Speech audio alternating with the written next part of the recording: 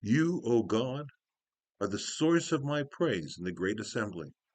Let the poor eat to satisfaction. Let those who seek you praise you. May they be in good heart forever. Let all the ends of the earth remember and turn to you, O God.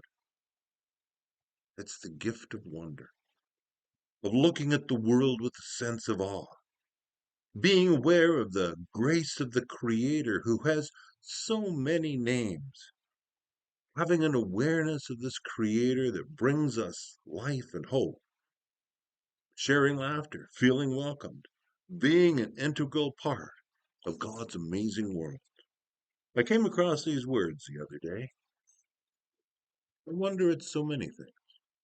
How birds know how to use their wings, and animals know what is good for proper home and proper food. How do mother beasts and birds teach their children without words? And why must children act just so to live happily and grow?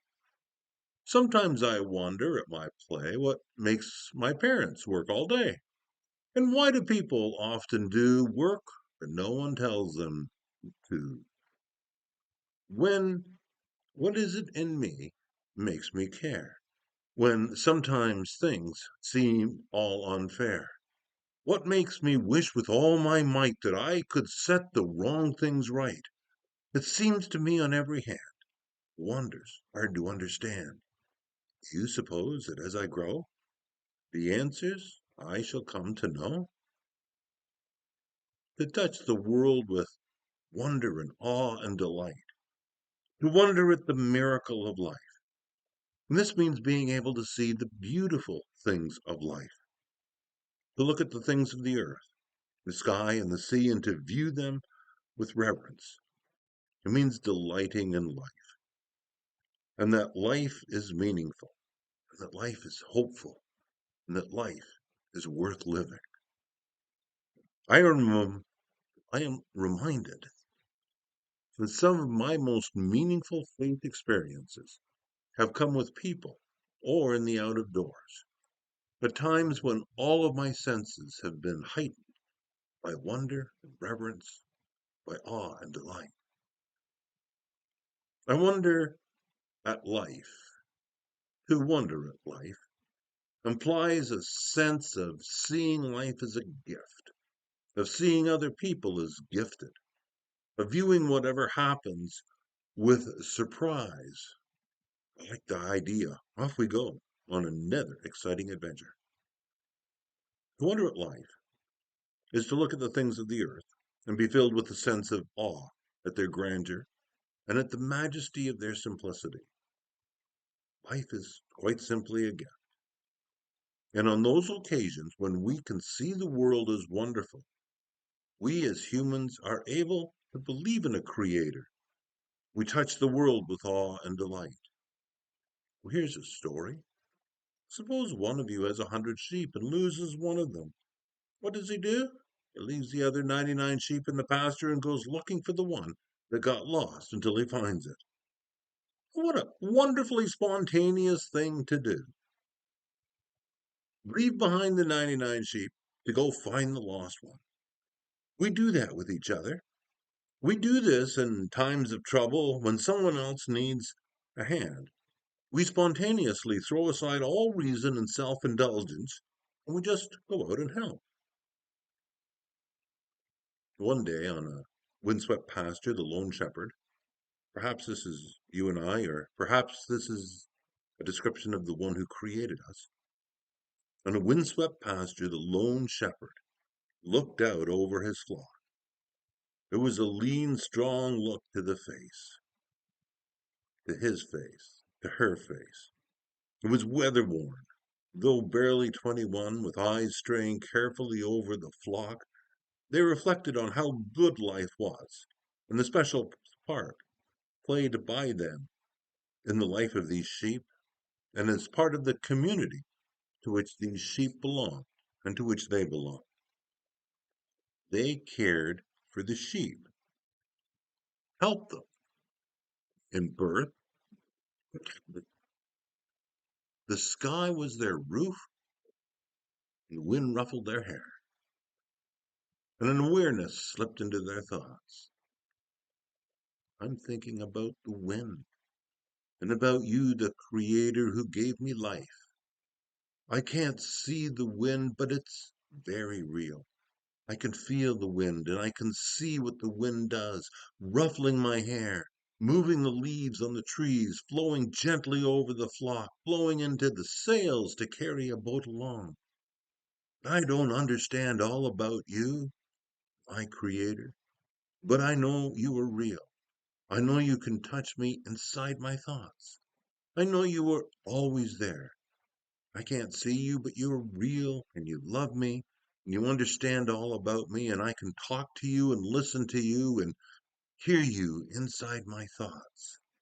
I'm like a small boat with a sail, and you can move me along to try things with you and for you, to adventure with you and for you. Thank you for being you, being alive to the world, to nature, humanity, is largely a matter of becoming receptive to what we see all around us. We drink in the beauty and we think and we wonder the meaning of who we are and what we are. And there's another noise which threatens to drown out this sense of wonder. It's anger and hostility, wars, crimes, climate fires and floods, hurricanes and disasters, personal illness and loss. And life becomes very hard when these things become the sole focus of your concentration. There are study after study emerging today highlighting the fear that people have of the future, the lack of opportunities, their loneliness, their depression. And if this is all you look at, just this noise, then life can become very hopeless. So this is not about seeing the world through rose-colored bifocals, of ignoring what is going on in the world. But this is about the importance of never missing out on the wonder and awe of this life and the wonder and awe of each other. And if it's true that what you think about is what you become, then if you have a choice, go for the wonder of life. And all of us will be much better able to deal with all the other noise when it comes along. And sometimes we need to shut out all the other noise and sights and just see, maybe for the first time, how rain smells, how bark looks like, what clouds are like. We've all been born with this innate sense of awe and wonder within us. We know what it is to experience grandeur and majesty, to stand silently in one of those special moments of life. We look at our children and our grandchildren today, and they're natural artists, natural poets, natural beauty lovers. How many of us have their work proudly displayed on our refrigerators, kept safely stored as memorabilia? You see, deep down in our souls, we are the creators and lovers of life. That's the way the Creator made us. Curiosity, wonder, a sense of awe is part of the nature of who we are. Have you seen a baby when they first discover their fingers? It's wonderful. Later in life, they will explore the big, wide world. Astronauts hurtle through the cosmos. Planets are being Plans are being made to penetrate planets even further afield. On Earth, archaeologists carry out their digs, unfolding secrets of the past. Deep in the sea, new wonders are discovered. Scientists peer through microscopes at things that are invisible to the naked eye. And the driving force behind all of this, all this ceaseless activity, is curiosity, wonder, a sense of awe. And this has spurred us on from the very beginning. And each of us have our own share of this urge to find things out, to make discoveries, to fill gaps in our knowledge, to look and wonder. It's because people have asked why and how that electricity has been discovered. Car engines were invented, electrical vehicles emerging, Everest was climbed, bridges were built, seas were charted, water was discovered on the moon. People asking why and how about this amazing place we find ourselves in. And as we find the answers to our questions, we grow and we understand the world and our faith much better. God of many names, we give thanks for the pioneers of the human race who believed that people could travel on the waters and did not rest until they had made boats, who believed that people could travel in horseless chariots and labored through difficulty and scorn until an engine was built, who believed that people could fly and persevered until at last the air was wind under their wings, who believed that space was open to our exploration and built rockets and capsules with such great daring. We thank you for those in the world today who believe that cancer can be banished, and poverty and war abolished, and leisure and education and comfort should be provided freely for all of humankind.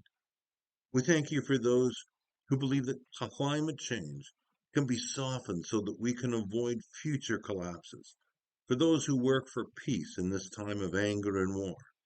Bless those bold spirits, strengthen their hearts and their arms, save us from ever scoffing, and may we share their faith and lend our aid towards the accomplishment of these dreams and hopes of humankind. My friends, treat this world with wonder and awe. Shut the noise out for a time. Pause and listen. There's a great, big, wonderful world there waiting for you and I.